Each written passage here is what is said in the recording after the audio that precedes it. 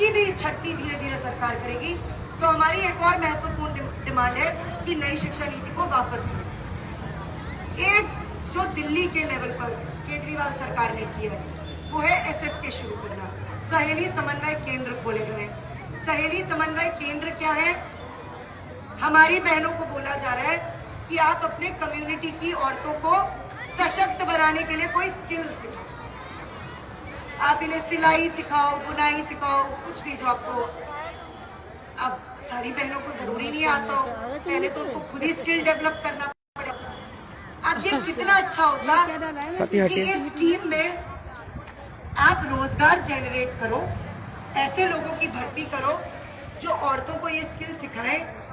और अरविंद केजरीवाल ने जो दावे किए थे कि 55,000 सरकारी पद भर देंगे, ठेके पर सारा काम खत्म करके सारी नौकरियां परमानेंट कर देंगे, ये भी सच हो जाता। आपका ये हवाई वायदा भी सच हो जाता। नई भर्ती करो, नया रोजगार जनरेट करो और जो ये काम करती है इनको वो काम करने दो और SSK के तहत आपको नई भर्तियां करके आप और लोगों से वो काम करवाओ। अब SSK के तहत इनको इसी मानदेय में 4-4 बजे तक आंगनवाड़ियां खोलनी पड़ती, जहां पर पहले 2 बजे तक ये रहते थे, अब इन्हें 4 बजे तक सेंटर खोलने पड़ते हैं।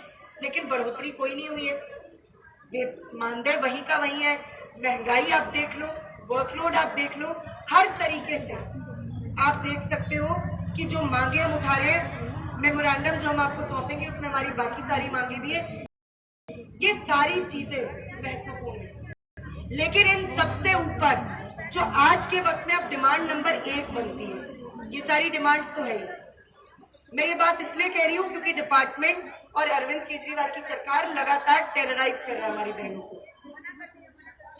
डिमांड नंबर पहली, हड़ताल में शामिल किसी भी वर्कर या हेल्पर के खिलाफ कोई कार्रवाई नहीं की जाएगी, किसी को टर्मिनेट करने की धमकी नहीं दी जाएगी, किसी को सस्पेंड करने की धमकी नहीं दी जाएगी।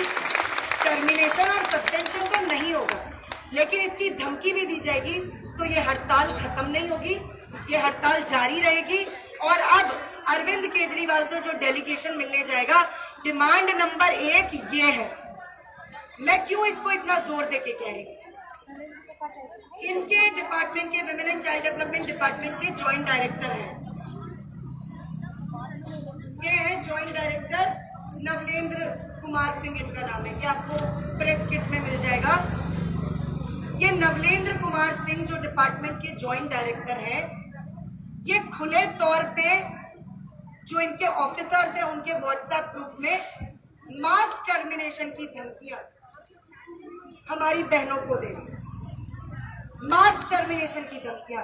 इनका नाम जरूर लीजिए और इनसे पूछिए, क्योंकि मुझे पता है ये तो रिफ्यूज कर देंगे कमेंट करने से, लेकिन हमारे पास इनकी ऑडियो क्लिपिंग है, आपको वो भी हम ऑडियो क्लिपिंग मुहैया करवाएंगे, जिसमें ये क्या कर रहे थे, जिसमें ये तमाम CDPOs और सुपरवाइजर्स को कह रहे थे कि एक आंदोलन Delhi state anganwadi workers and helpers union ने शुरू किया है, तुम एक दूसरा आंदोलन शुरू करो, काउंटर मूवमेंट शुरू करो हड़ताल के खिलाफ।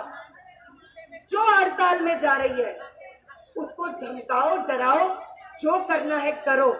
ये ज्वाइंट डायरेक्टर है women and child development department के, IAS लेवल का बंदा है ये, और ये अनकॉन्स्टिट्यूशनल हरकत, इतनी बड़ी गैर कानूनी हरकत ये खुलेआम कर रहे हैं। दूसरी मोहतरमा जो इनके विभाग की है वो है डेप्यूटी डायरेक्टर मिस लता नेगी। वो खुले तौर पे कह रही है कि हड़ताल में जो 5 आगे leader type anganwadi workers helpers हैं उनको सस्पेंड करो, पूरा मूवमेंट अपने आप खत्म हो जाएगा। ये डेप्यूटी डायरेक्टर है डिपार्टमेंट की। मदनपुर खादर प्रोजेक्ट के, ये भी नाम आप नोट कीजिए, मदनपुर खादर प्रोजेक्ट के कोऑर्डिनेटर हैं मिस्टर लोकेश कुमार, जो स्टॉप करके रात 11-11 बजे तक हमारी बहनों को धमकियों भरे कॉल करते हैं कि अगर आंगनवाड़ियां नहीं खोलोगे तो जॉब से निकाल दिए जाओगे। इसके अलावा प्रेमनगर प्रोजेक्ट में एसएसके की कोऑर्डिनेटर है शशिकला, ये नाम मैं चाहती हूँ आप इन सब लोगों से पूछिए ये किस बिना पर अपने वर्कर्स और हेल्पर्स को अपने कॉन्स्टिट्यूशनल डेमोक्रेटिक राइट्स को एक्सरसाइज करने के लिए मना कर रहे हैं, किस बिना पर ये इनको हड़ताल में आने से रोक रहे हैं। और ये इनके कच्चे चिट्ठे हैं, ये डिपार्टमेंट के अफसर हैं। ये देखिए ये मैसेज है जो फॉरवर्ड किया गया है, जो हड़ताल 31 तारीख को शुरू हुई थी, उस दिन ये सारे व्हाट्सएप ग्रुप में मैसेज सर्कुलेट हो रहा था कि आप लोग इसेंशियल सर्विसेज में लगे हुए लोग हो, आप हड़ताल पर नहीं जा सकते हो। गलत बात, झूठ नहीं बोलना चाहिए। झूठ इसलिए नहीं बोलना चाहिए क्योंकि हम कर्मचारी नहीं है। आप इसेंशियल सर्विसेज का हवाला तब दो जब आप हमें कर्मचारी मानो। हम वॉलंटरी वर्कर हैं, हमारी मर्जी होगी सेंटर खोलेंगे, हमारी मर्जी होगी सेंटर नहीं खोलेंगे, हमारी मर्जी होगी काम करेंगे, हमारी मर्जी होगी काम नहीं करेंगे। डिसिप्लिन और ऑर्डर आप सरकारी कर्मचारियों से ऊपर के लगाते हो। आपको हड़ताल में आने से रोकना है, तब आपको इसेंशियल सर्विसेज की याद आ रही है। आप एस्मा लगाओगे, लगाओ आप एस्मा। आप इसेंशियल सर्विसेज की दुहाई तब देना जब आप यहाँ पर बैठी एक एक वर्कर, एक एक हेल्पर को परमानेंट करोगे, कर्मचारी का दर्जा दोगे, हमें उस दायरे में लाओगे। अभी हम स्वेच्छा से काम करते हैं, हमारी मर्जी हम काम करें नहीं काम करें। बाकी पूरा डिपार्टमेंट अफसरों के लेवल का परमानेंट है, लेकिन जो इस टीम को चलाने वाली, बनाने वाली जो औरतें हैं, जो नींव है, जो जड़ है पूरे प्रोजेक्ट की, पूरे स्कीम की, उनको आप वॉलंटरी बेसिस पे रखते हो। और इसी वॉलंटरी वर्क का हवाला इनके ज्वाइनिंग लेटर्स में, अगर किसी बहन के पास ज्वाइनिंग लेटर है अपना, व्हाट्सएप पे भी अगर प्लीज फॉरवर्ड कर दीजिए, हम वो मीडिया के साथियों को भी देना चाहते हैं। ज्वाइनिंग लेटर में साफ तौर पे लिखा है आपकी सर्विसेज को हम कभी भी टर्मिनेट कर सकते हैं। यह अनकॉन्स्टिट्यूशनल है। मारुति ऑटोमोबाइल कंपनी की, जो ऑटोमोबाइल सेक्टर की बड़ी कंपनी है, वहां पर एक बार जब ऐसा कोड ऑफ कंडक्ट मैनेजमेंट ने लागू करना शुरू किया था, कोर्ट गया था मैटर कि आप उस कोड ऑफ कंडक्ट को नहीं लागू कर सकते हो। आप उस लेटर में ही हायर एंड फायर का उसूल आप नहीं कर सकते। ये है वो इनका ज्वाइनिंग लेटर, जिसमें साफ तौर पे लिखा है हम कभी भी आपकी सेवाएं टर्मिनेट कर सकते। ये इलीगल है, अनकॉन्स्टिट्यूशनल है, ये नहीं कर सकते। लेकिन इस टाइम डिपार्टमेंट लगातार, और मेरी रिक्वेस्ट है मीडिया के अपने साथियों से कि मैंने जिनके नाम लिए हैं उनके नाम जरूर हाईलाइट करें, क्योंकि ये वो लोग हैं जो अपने पोजीशन का, जिस पोस्ट पर, जिस पोजीशन पर वो बैठे हैं, उसका वो इस्तेमाल कर रहे हैं हमारी बुराई को विफल करने के लिए। हालांकि आप खुद देख सकते हैं इससे हमारी ताकत कोई कमजोर नहीं पड़ी है। ये इनके तमाम हथकंडे जो हैं उनका जवाब यूनियन लगातार देती रही है, हमारी बहनें लगातार देती रही है, ये वो कर नहीं पाएंगे। लेकिन ये इलीगल चीज जो हो रही है वो मीडिया के सामने आनी चाहिए। और आप मेरी बात पर उनसे भी पीछे हो जाते हैं, वो क्या, उनके क्या करते हैं वो खुद ही बताएंगे। और आप उनसे ये पूछेगा, ये नवलेंद्र सर आप ही है ना, आपको उनके नंबर भी मिल जाएंगे। इसके अलावा एक और चीज मैं बताना चाहती हूँ कि जो 1500 750 की बढ़ोतरी मोदी सरकार ने की थी, जो कि ऑब्वियसली ओवर एंड अबव जो हमारा एक्सिस्टिंग मानदेय था उसके ऊपर मिलता, उसमें केजरीवाल गवर्नमेंट ने अपने तरीके का एक फर्जीवाड़ा किया।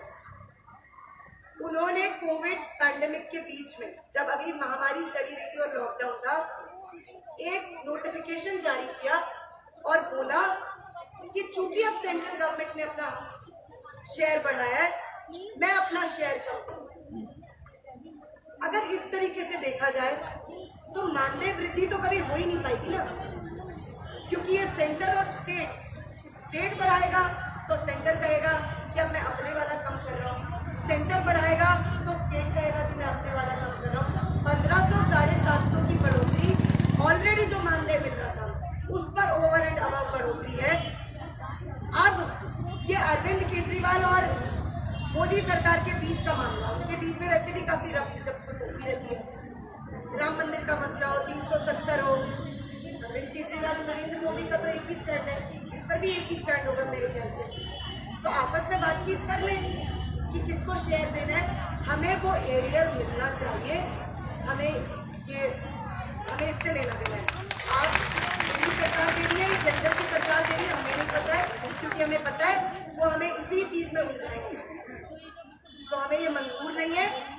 हमें 1500 750 की बढ़ोतरी अपना जो एरियर है वो एरियर समेत चाहिए।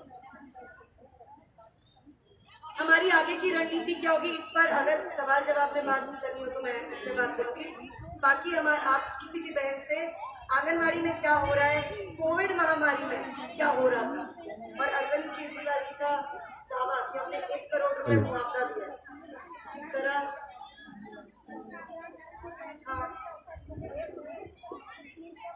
अगर किसी का कोई सवाल है तो सवाल जवाब कर सकते हैं। हेलो, मेरा नाम मैं जब कोविड-19 आया था तो पहला हमारा 22 मार्च से उस दौरान हमें फ्रंट लाइन वर्कर बना दिया गया, बिना किसी सैनिटाइजर मास्क। हम एरिया में गए, वहाँ पर जाके लोगों को हमने समझाया, कोरोना की हमने जानकारी दी, मास्क की जानकारी दी। घर पर जाकर हमने मीटिंग ली है, लेकिन हमें उस डिपार्टमेंट से कोई सुविधा नहीं दी गई और न ही हमारा कोई इंश्योरेंस था।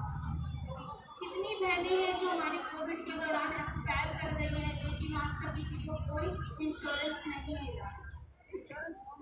मानदेय हमें से किया जाता है 9,678 रुपये, लेकिन इसके अंदर हमसे इतना ज़्यादा काम लिया जाता है कि अगर हमें पूरा दिन भी लग जाए काम करते तो हमारा दिन खत्म हो जाएगा, लेकिन काम नहीं खत्म होगा।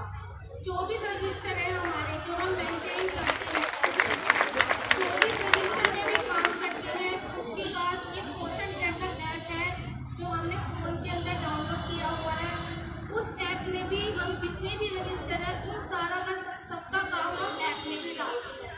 लेकिन इस ऐप को चलते हुए 1 साल हो गया है, लेकिन ये सही तरीके से काम नहीं करता। ऊपर से कोऑर्डिनेटर हमारे ऊपर दबाव डालते हैं कि ये ऐप रात के 9 बजे के बाद चलेगा, आप रात के 9 बजे के बाद काम करो। आप ये बताइए, हमारी ड्यूटी 9 बजे से 2 बजे तक है, तो रात के 9 बजे हम अपने घर का काम करें, खाना बनाएं, घर को देखें या हम ऐप का काम करें। इस तरीके से, जिस तरीके से हमारे ऊपर काम का प्रेशर है, काम का लोड है, इतने सारे रजिस्टर में काम करवाए जाते हैं पोषण ट्रैकर ऐप में कर। उससे पहले एक ऐप और चला था कॉम केयर, जिसके अंदर सभी वर्करों से पूरे के पूरे जितने भी 95 प्रोजेक्ट हैं उन्हें फोन देकर सारा का सारा सर्वे हमारा फोन में डलवाया गया था। उस फोन में जैसे ही हमने डाटा फीड कर दिया, वो एक तरह से सरकार ने हमसे जनगणना करवा ली, और जब वो सारा डाटा सरकार को मिल गया तो वो ऐप बंद कर दिया गया और वो ऐप बंद कर दिया।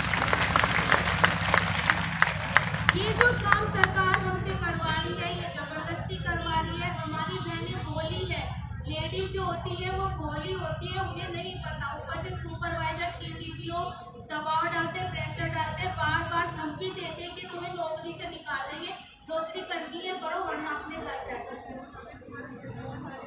कहते तुम नहीं तो कोई और तुम्हारे जैसी बहुत बैठी है काम करने वाला। कहने को ड्यूटी हमारी 9 से 2 तक है, लेकिन हमें जब मर्जी सुपरवाइजर कॉल करती है।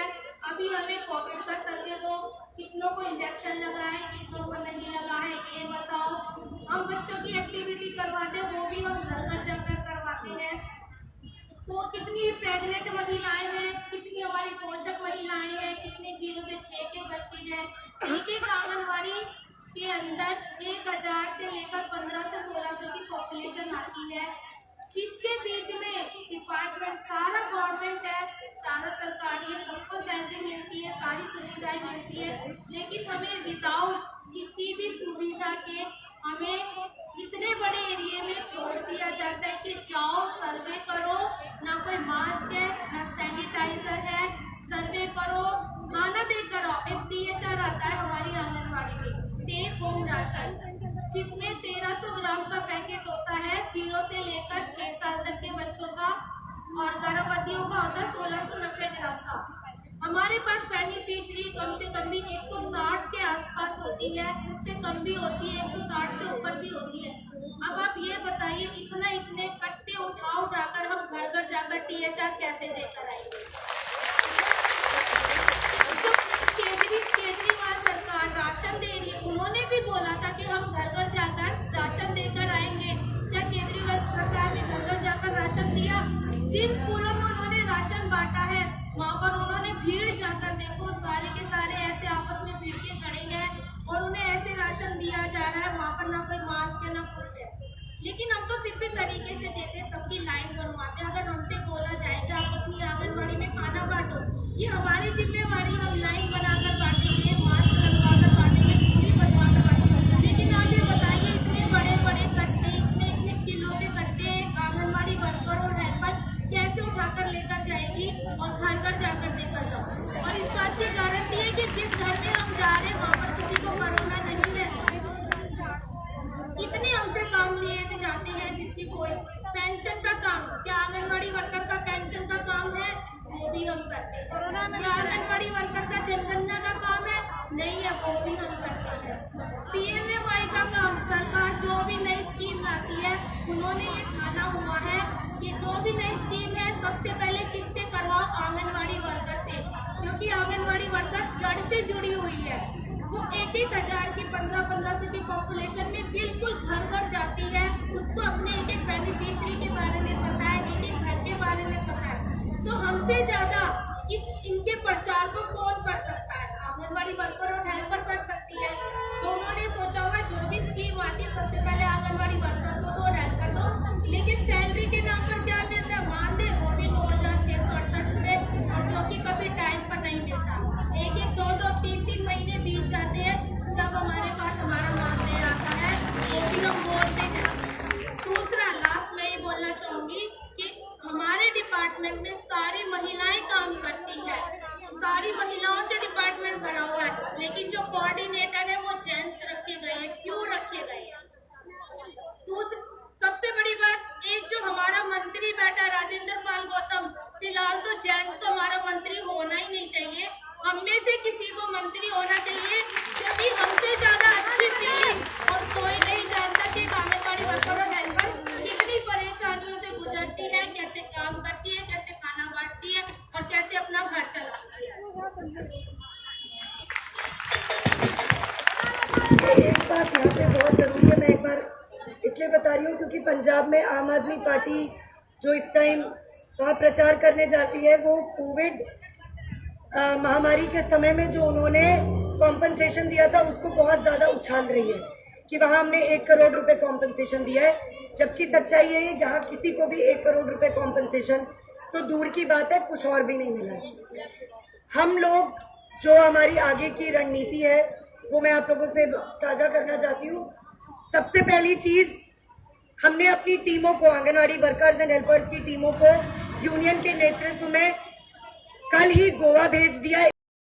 एक टीम हमारी गोवा गई है और वहां पे अरविंद केजरीवाल और आम आदमी पार्टी के पूरे झूठों का जो भंडाफोड़ है, जो उसका एक्सपोजर है, वो वहां पर हमारी टीम कर रही है। और वहां पर हमारी टीम कम से कम 4 दिन रहेगी और दिल्ली मॉडल, जिसको अरविंद केजरीवाल वहां जाके बहुत ज्यादा प्रमोट कर रहे हैं, उस दिल्ली मॉडल की भी असलियत बताएगी। इसके अलावा कल हमारी एक टीम पंजाब रवाना हो रही है और वहां पर भी करीबन 30-35 लोगों की एक टीम अरविंद केजरीवाल आम आदमी पार्टी जो दिल्ली की आंगनवाड़ी कर्मियों का हवाला देकर वहां वोट बटोरने का काम कर रही है, उसको भी हम लोग काउंटर करेंगे। जो ये लगातार ये बात कह रहे हैं कि वहां पर दिल्ली में हमने मानदेय बढ़ोतरी अपने आप कर दी थी, इस झूठ को भी वहां पर ले जाएंगे। और 35 लोगों की टीम कल हमारी रवाना हो रही है पंजाब के लिए। भटिंडा, मानसा, संगरूर, लुधियाना, अमृतसर, इसके अलावा दूसरे राउंड में हमारी टीम इस टीम के आने के बाद जाएगी। यानी गोवा और पंजाब में Delhi state anganwadi workers and helpers union, इनके इलेक्टोरल जो मंसूबे हैं, जो ये चुनावी अपने मंसूबे बांधे बैठे हैं, उनको भी हम लोग एक्सपोज करेंगे। वहां की आम जनता और विशेष तौर पर आंगनवाड़ी कर्मियों के सामने जो इनके झूठ है उनको उजागर करेंगे। दूसरी चीज, दिल्ली में हम सभी को पता है कि निगम चुनाव सर पर है। आम आदमी पार्टी की सरकार फिलहाल उत्तराखंड, पंजाब और गोवा के चुनावों में व्यस्त है, लेकिन दिल्ली में भी आप देख सकते हैं कि प्रचार पूरी तरह हो रहा है। हमारी यूनियन ने स्पष्ट तौर पे कहा है, आम आदमी पार्टी का पूर्ण बहिष्कार हमारे इलाकों में आगामी निगम चुनावों में होगा। इनके प्रत्याशी हमारे इलाकों में प्रचार करने के लिए भी नहीं आ पाएंगे। अगर ये दिल्ली की 22,000 आंगनवाड़ी कर्मियों की अनदेखी कर सकते हैं, तो ये दिल्ली की आम जनता की भी अनदेखी कर सकते हैं और करते रहें। ये किसी से छिपी हुई बात नहीं है। इनकी सारी घोषणाएं सिर्फ कागजों की शोभा बढ़ाती है। तो निगम चुनाव में आम आदमी पार्टी का बहिष्कार तो होगा ही, और कल से ही हमारी टीमें दिल्ली के अलग अलग इलाकों में दिल्ली की आम जनता के नाम जो हमारी यूनियन की तरफ से अपील है वो लेकर जाएंगी। साथ ही हम तमाम ऐसी चुनावबाज पार्टियां, चाहे वो बीजेपी हो, चाहे वो कांग्रेस हो, चाहे वो सपा बसपा, जो भी दिल्ली में अपना जोर आजमाइश कर रहे हैं, उनसे भी हम ये पूछ रहे हैं कि ये बात सच है कि आम आदमी पार्टी की दिल्ली में सरकार है और बीजेपी की केंद्र में सरकार है। ये दोनों पार्टियां तो हमारे निशाने पर मुख्यतः है, लेकिन बाकी पार्टियों का भी हमारे मांग पत्रक पर क्या स्टैंड है। अगर आप एक निश्चित समय सीमा के भीतर हमें ये लिखित गारंटी नहीं दोगे कि आप हमारी मांगों पर क्या रुख अपनाते हो, क्या हमारे कर्मचारी के दर्जे की मांग को आप मानोगे, क्या हमारे मानदेय बढ़ोतरी की मांग आपको मंजूर है, अगर आप इन पर कोई स्पष्ट और क्लियर कट अश्योरेंस नहीं दोगे, तो आप जैसी बाकी सभी चुनावबाज पार्टियों का भी पूर्ण बहिष्कार आंगनवाड़ी कर्मी करेंगे। न सिर्फ आंगनवाड़ी कर्मी और उनके परिवार, बल्कि हम दिल्ली के एक एक गली में, एक एक घर में, एक एक इलाके में जाएंगे, क्योंकि दिल्ली के इन जगहों पर हमारी पहुंच है। जो इनके पेड कार्यकर्ता काम नहीं कर सकते, वो यूनियन की टीमें, वॉलंटरी टीमें करेंगी। और कल से ही दिल्ली के बसों में, दिल्ली के तमाम रिहायशी इलाकों में, झुग्गी बस्तियों में, कॉलोनियों में हमारी यूनियन की टीम जाएंगी और इनके बहिष्कार का खुले तौर पर कॉल देगी और इनकी असलियत को पूरी जनता के सामने उजागर करेंगी। साथ ही जैसा कि मैंने बताया, गोवा में हमारा प्रचार शुरू हो गया है। आज हमारी टीम वहां पे पंजिम में है, वहां पे वास्को, थिविम, मडगांव, इन 3-4 पॉइंट्स पर हम लोग फोकस कर रहे हैं। हमारी टीमें वहां पर आगे 4-5 दिन में, और वहां पे जो बिरादर संगठन है, बिगुल मजदूर दस्ता, भारत की क्रांतिकारी मजदूर पार्टी RWPI, उनके साथ मिलकर वहां पर ये कैंपेन चला रहा है। और पंजाब में भी हम लोग कल से 35 लोगों के हमारा पहला जत्था कल निकल रहा है, जो मानसा जाएगा, और उसके बाद 3 दिन के बाद हमारा 35 लोगों का दूसरा जत्था निकल रहा है, जो लुधियाना जाएगा। कोई सवाल जवाब हो तब हम बात आगे कर सकते हैं। ज्यादा बातें आ चुकी हैं। अगर किसी बहन को लगता है कि कोई पॉइंट छूट गया तो उससे जोड़। पंजाब की सूबे रह गई है, उससे ज्यादा क्या हो सकती है, आप ये बताइए। दिल्ली के वर्करों के बाद पंजाब के सूबे के वर्करों की हो, को बात छोड़ दिया। तो उनसे अनुरोध है, पहले दिल्ली की जो दिल्ली मॉडल का हवाला देते हैं, तो उनकी पहले सुनो तो सही। दिल्ली मॉडल की हवाला तब थे, पहले दिल्ली की वर्करों की सुने, तब दूसरे देशों में जाए। हमारे रूल रेगुलेशन सारे सरकारी है, लेकिन नाम दे नील पटा नील।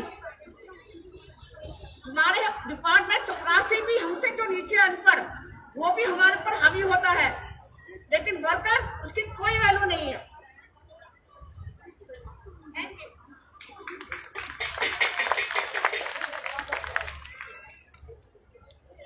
बताना चाहूंगी मैं, जब से हम हड़ताल पर बैठे हैं, केजरीवाल जी हमारी बात सुनने तो बहुत दूर की बात है, लेकिन उन्होंने बस वालों को, ड्राइवर, डीटीसी को ये आदेश दे दिया है कि जहाँ भी आपको आंगनबाड़ी बहनें दिखे उन्हें बस में मत बैठाना। हम कई कई घंटे खड़े रहते हैं, ना हमें सुबह बस मिलती है, ना हमें जाने के बाद बस मिलती है। डीटीसी के अंदर सीट होने के बावजूद भी बस वाले बस नहीं रोकते। और अभी 1-2 दिन पहले तो उन्होंने एक बहन को धक्का भी मार दिया था और उनके कंधे पर चोट आई थी। क्या केजरीवाल को बिल्कुल भी शर्म नहीं है? आंखें बंद करके बैठे हैं, अपने कान बंद करके बैठे, उन्हें ना कुछ सुनाई दे रहा है। कम से कम हमें डीटीसी वाले तो ढंग से ला सकते हैं यहाँ पर, वो भी नहीं रोकते, क्योंकि डीटीसी ड्राइवर केजरीवाल के अंडर में आते हैं। उन्होंने बिल्कुल साफ बोला हुआ है कि हमें नहीं बैठाना, और हम चाहे 9 बजे के निकले हम यहाँ पर 11-11 बजे तक पहुँचते हैं, और यहाँ से जब हम जाते हैं रात को 9 बज जाते हैं, हमें घर पहुँचने में कोई भी बस वाला हमें नहीं बैठाता। तो ये आप प्लीज जरूर बोलना कि बस वालों को ये इंस्ट्रक्शन ना दें और हमें बस में बैठाकर यहाँ धरने पर लाए।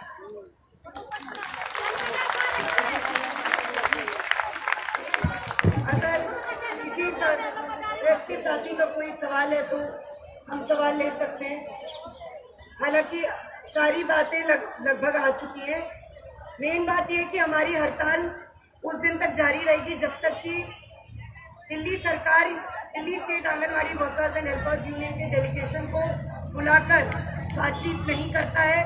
ये इनडेफिनिट स्ट्राइक, चाहे हमें 6 महीने बैठना पड़े, हम 6 महीने बैठने के लिए राजी हैं। स्ट्राइक हमारी कब तक चलेगी।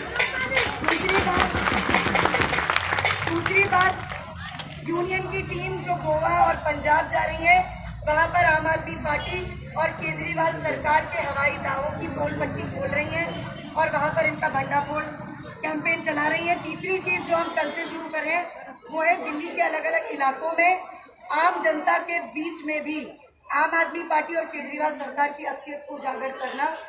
ये तमाम जो हमारे आगे की रणनीति है उसको अपना रहे। एक मैं अलग से घोषणा करने जा रही हूँ।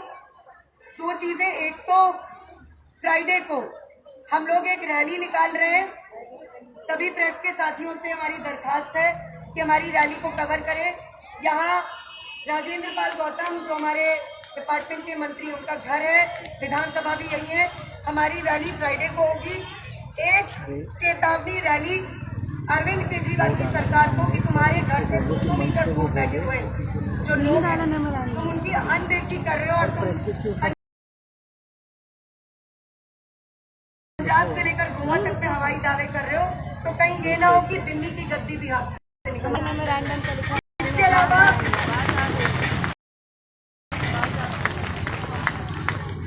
एक और बात में जो मैंने पहले भी क्लियर बात की थी कि हमें पूरी आशंका है कि हमारी हड़ताल को खत्म करने के मकसद से या कमजोर बनाने के मकसद से अरविंद केजरीवाल की सरकार किसी जेबी यूनियन से, किसी ऐसी यूनियन से जिसका कोई बेस नहीं हो, जो रातों रात बन जाए, या जैसे मैंने पहले भी बताया था कि एक यूनियन जो सिंधु से अफिलिएटेड है वो क्लेम कर रही है कि वो आंगनवाड़ी वर्कर की यूनियन है, ऐसी किसी यूनियन से अगर वार्ता करेगी या ऐसा कोई भी समझौता होगा वो हमारी आंगनवाड़ी कर्मियों को नामंजूर होगा।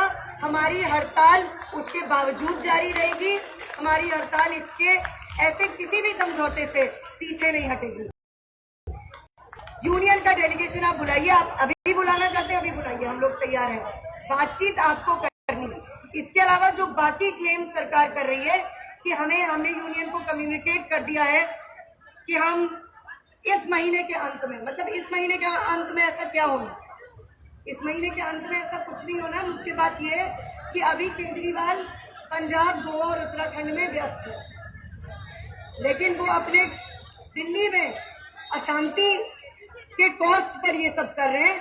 तो यहाँ पर अभी सिर्फ आंगनवाड़ी कर्मी सड़कों पे उतरे। अभी ये आलम है कि तमाम आशा वर्कर्स भी हमें